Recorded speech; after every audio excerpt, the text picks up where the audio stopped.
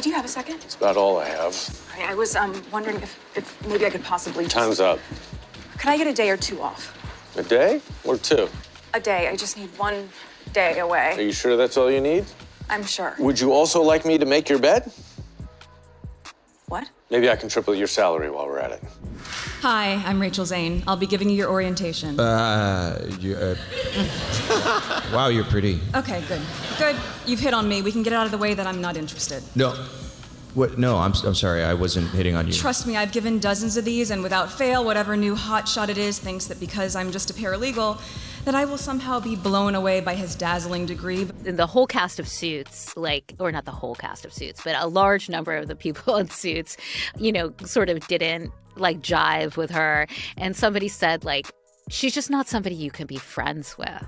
I have a baseball player. She gets a prince. I mean, that's awesome. Lindsay is all correct. You have a stupid baseball player, and she is a stupid. So I was wondering if you would be able to change your commercial to people all over America. Here's the shocker. The company actually changed the commercial to say people, not women. The gloves are coming off. People are fighting greasy pots and pans with ivory clear. What Meghan did landed her on the cable show Nick News in 1993, hosted by Linda Ellerbee. Before Meghan Markle became the Duchess of Sussex, she was already living her best California life, acting, blogging, advocating, and stirring up a little controversy. From her outspoken feminist stance in grade school to a messy divorce, run-ins with tabloids, and bending royal etiquette, Meghan's pre-Harry journey was full of bold moves and headline-making moments. Some say the royals were wary. Others thought she was a stepping stone. Let's peel back the glitz and glam to explore the messy, tea-worthy facts from her pre-royal days. And then we can tea-chat about each one. She really is beautiful, isn't it?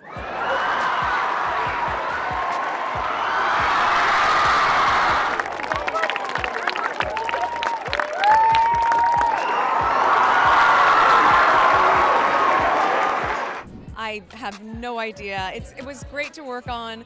Such a great cast and crew. We had a really fun time. I was on it for 7 seasons, so. Meghan Markle's ex-husband Trevor Engelson is expecting his first child. The director and producer announced on Instagram that his new wife, Tracy Curlin, is pregnant with a baby girl. The post included a selfie of the couple happily posing in protective masks while Trevor cradled his love's belly. He gushed, "Future mother of the year and girl dad way out of his league." Who's now perhaps better known as Meghan Markle's ex-husband. Let's get to know the man who popped the question long before a certain Prince Harry came into the picture.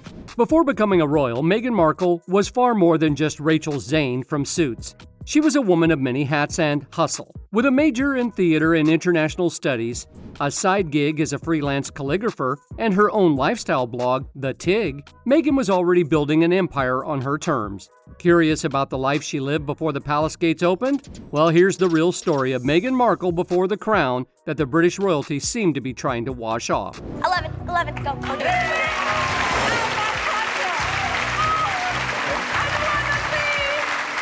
Meghan, open the case.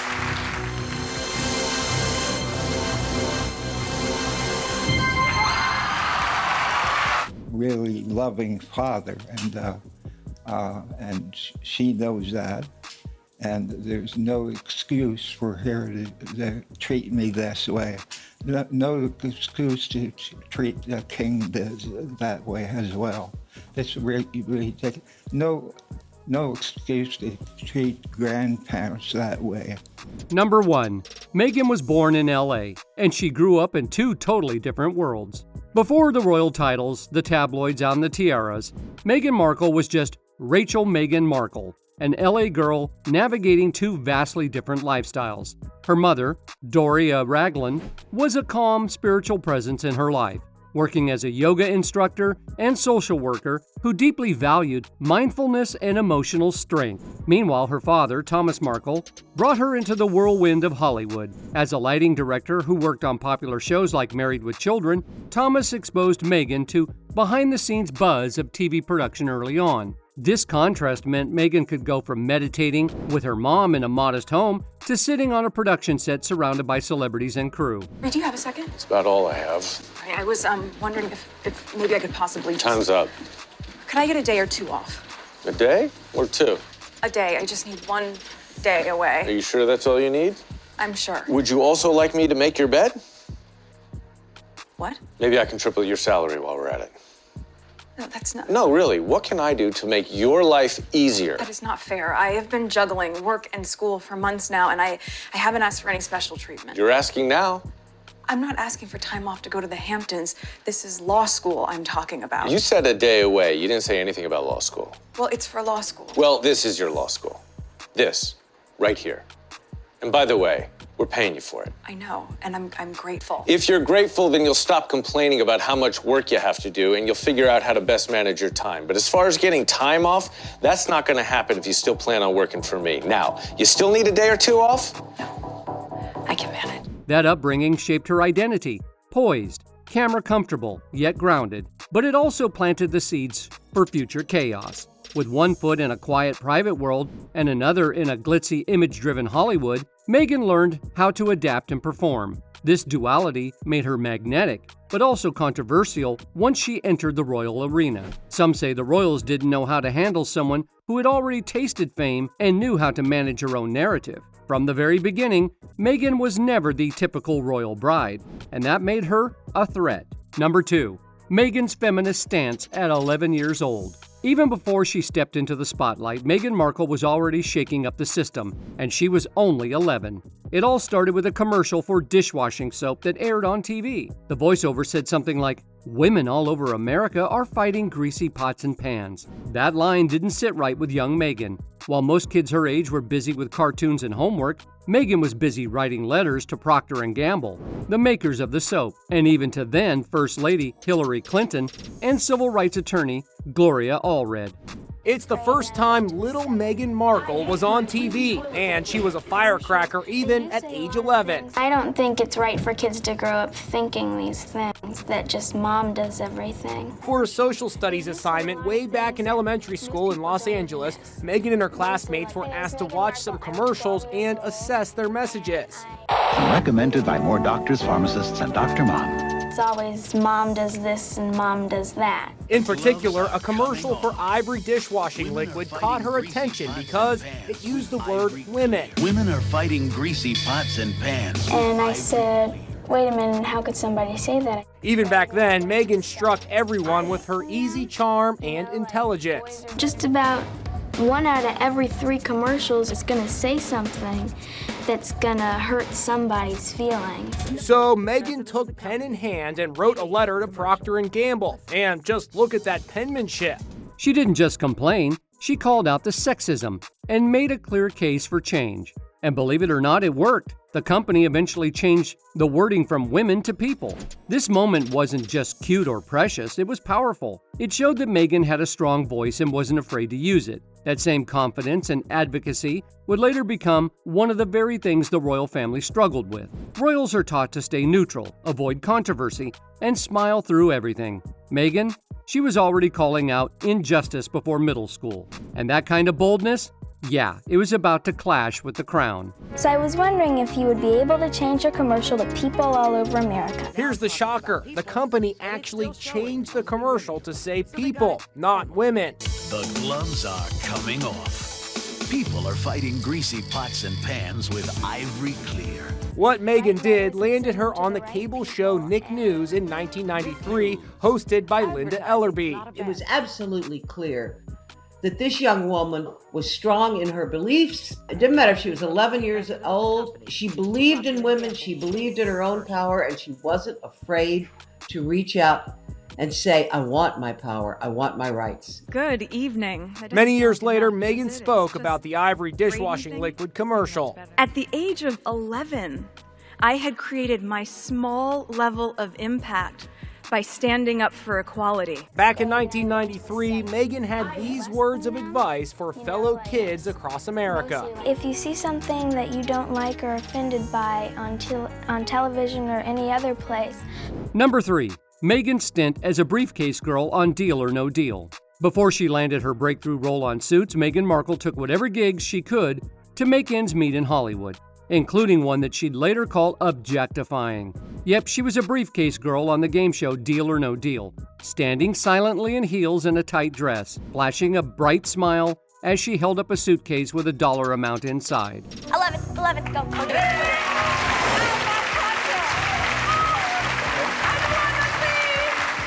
Meghan, open the case.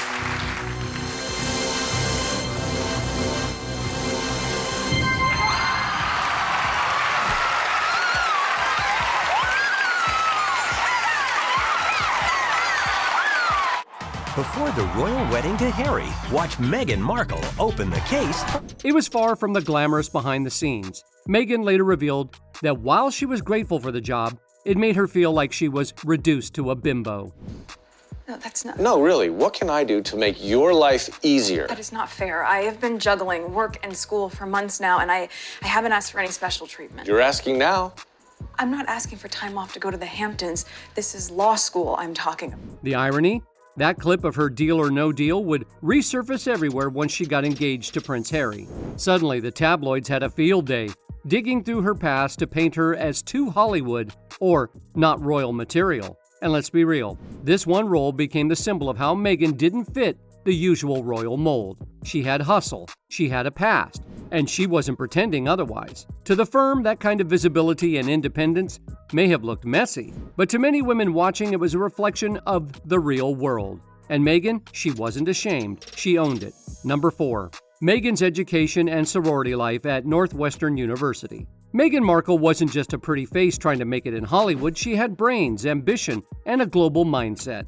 She attended the prestigious Northwestern University, where she double majored in theater and international studies. While many aspiring actresses focused only on performance, Meghan added diplomacy and politics into the mix, studying foreign policy, doing internships at the U.S. Embassy in Argentina, and even considering a career in politics at one point. Yep, before royalty, she was sipping espresso with diplomats. But don't get it twisted, college wasn't all serious business. Meghan also joined Kappa Kappa Gamma, a sorority known for its strong sisterhood and social scene. She balanced student government events and global affair lectures with mixers and college fun. It was here she learned how to present herself, navigate different social circles, and carry herself with confidence. When the royal family did their background deep dive, this educational history was a bit of a curveball. She wasn't some wide-eyed actress. They were getting someone polished, educated, and internationally aware. To the firm, that could have meant danger. A woman who's not just beautiful, but smart and socially savvy. That's not a duchess in training, that's a disruptor.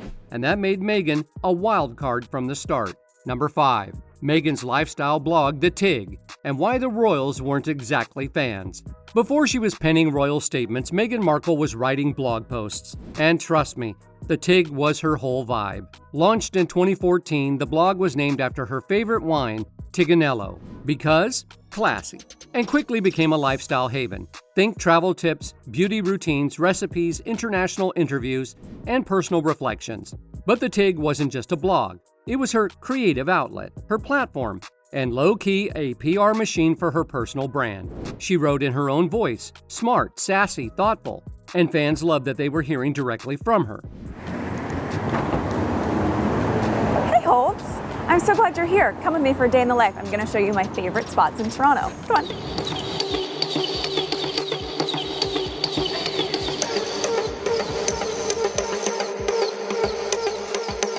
I really wanted to show you the Shangri-La Hotel. I love this spot, especially when you need a good massage. The spa upstairs, so good. But when she started dating Prince Harry, suddenly the Tig became a liability. Royals aren't supposed to have personal platforms. Everything goes through press secretaries and palace approvals. Meghan's ability to connect directly with the public, no filter, no firm, was a big no-no. She eventually shut the blog down in 2017, posting a heartfelt goodbye that hinted at change on the horizon. We're at Soho House, Toronto, which is basically TIG headquarters for me. I write my stories here, I take my meetings here, and it's kind of amazing because all over the world, if I'm traveling, Soho House can still be home base. Still, the ghost of the Tig lives on. People screenshot it, archived it, and dissected every post for clues about Meghan's real personality. But one thing was clear. This wasn't a woman waiting to be discovered. She had already built something. And for a royal institution obsessed with control, that kind of independence was threatening. Number 6. Meghan was married and divorced before Harry. Long before she walked down the aisle at Windsor Castle, Meghan Markle had already said I do to someone else. In 2011, she married Hollywood producer Trevor Engelson after dating for nearly a decade. They'd started as a young, ambitious couple in LA. He was building his career behind the scenes while she hustled for acting roles. Their wedding in Jamaica was chill, beachy, and filled with tequila shots. But just 2 years later, the marriage was over.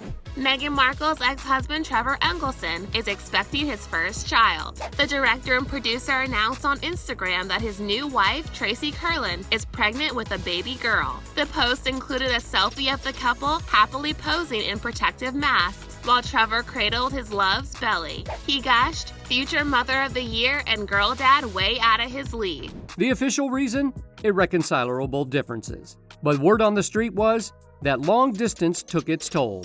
Meghan was filming Suits in Toronto while Trevor stayed in LA, and their lives started moving in opposite directions. Some reports even claim she mailed her rings back, cold. I have no idea. It was great to work on. Such a great cast and crew. We had a really fun time. I was on it for 7 seasons, so. Now, why is this messy? Because being a divorcee in the royal family is historically very complicated.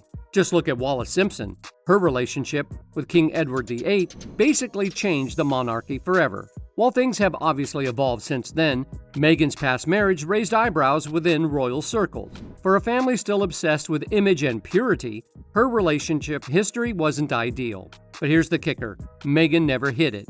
And that transparency, both refreshing and controversial in a world built on discretion. Number 7. Meghan's messy buns and how they became a royal scandal. Who would have thought a hairstyle could spark a royal outrage?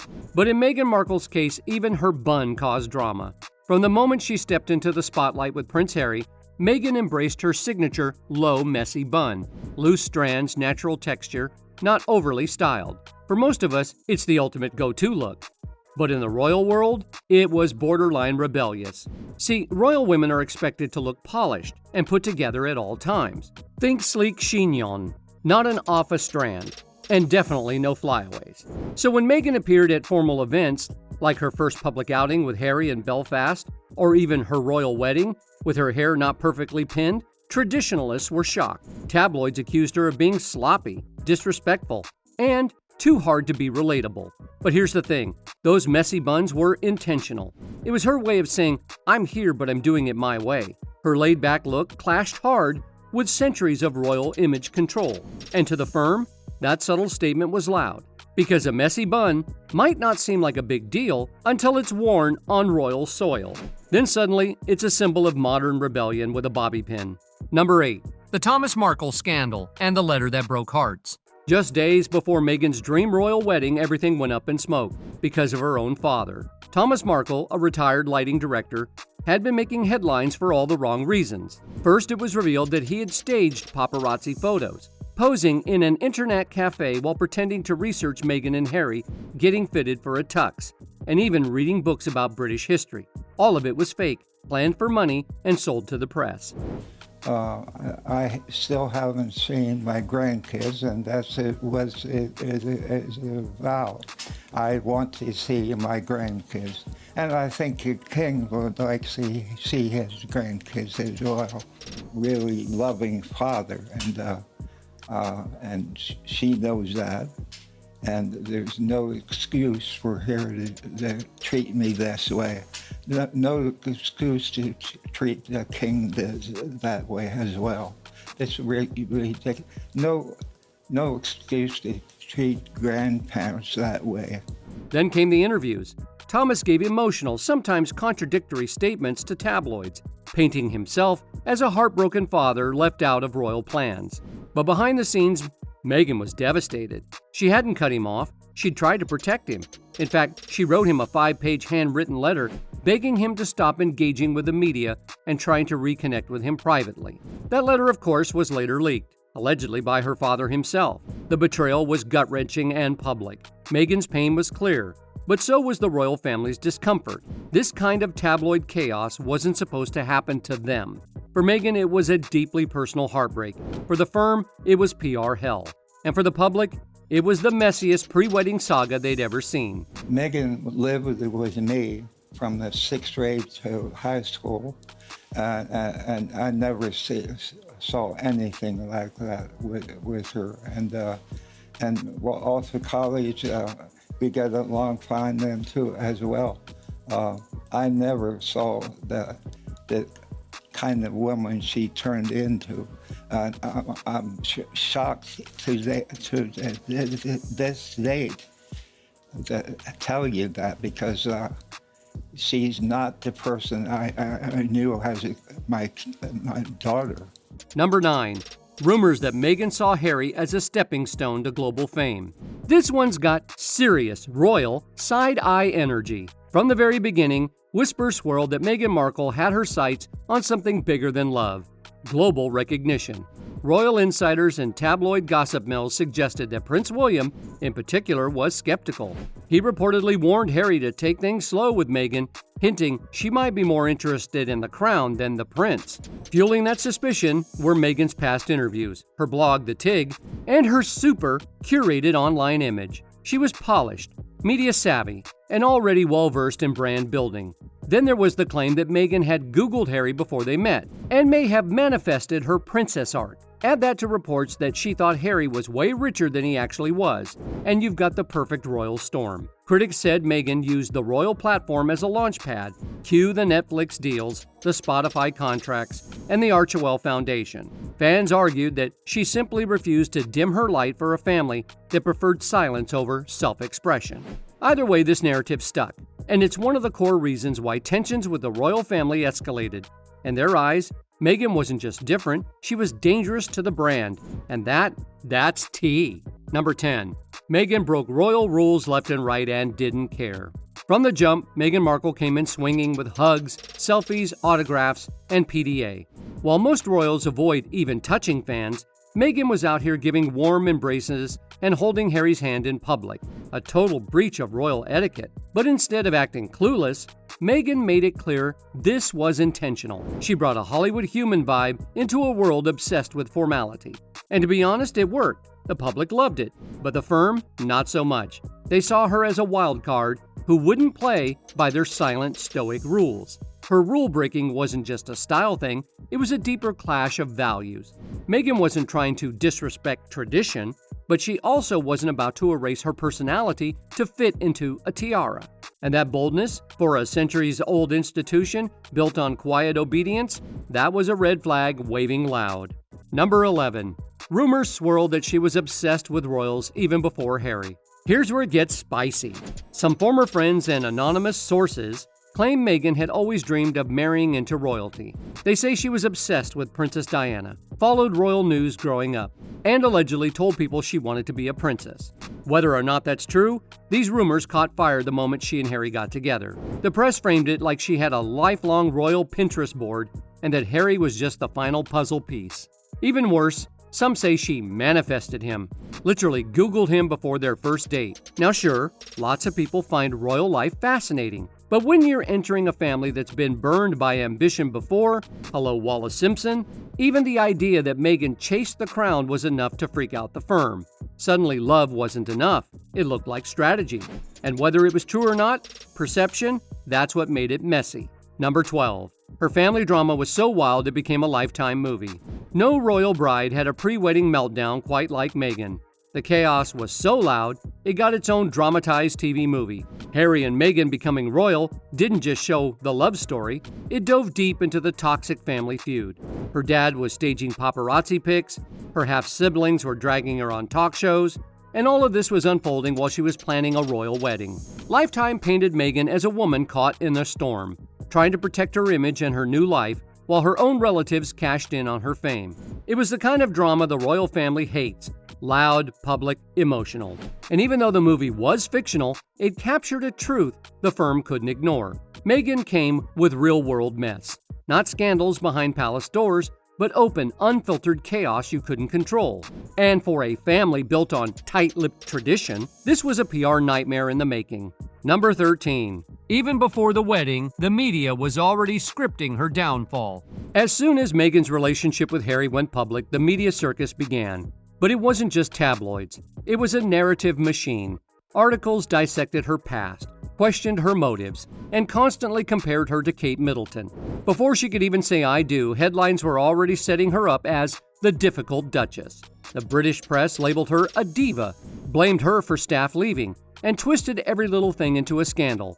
Whether it was her baby bump, her clothes, or how she held her own belly, it was wild. In the whole cast of Suits, or not the whole cast of Suits, but a large number of the people in Suits, sort of didn't jive with her. And somebody said, she's just not somebody you can be friends with. You can go on a hike with her through the Hollywood Hills and she'll ask you about your family. She'll be very nice, but you never actually get to know this person. You can't touch her. You can't get through the glass, And the other thing that somebody said to me about that scene of people up in Toronto at Soho House, which is, of course, Suits was filmed in Toronto and, hanging out with all these Brits up there, that also stuck in my mind was these women have everything and they want everything. Meghan later said she wasn't being protected, and you could see it. The coverage was so relentless and biased, many believed it had racial undertones. And the royals? Silent. To Meghan, that silence felt like betrayal, because while the press was scripting her downfall, the firm sat back and let the drama run its course. And that silence spoke volumes. So now you know, Meghan wasn't just plucked from Hollywood into royalty. She brought the fire with her, from drama to determination. Her past was anything but quiet. Love her or question her, one thing's clear. She shook the monarchy to its core. You want more deep dives, untold celebrity pasts, and headline tea? Hit that like button, subscribe, and ring the bell so you don't miss the next hot drop. Because in this house, we spill facts and feelings.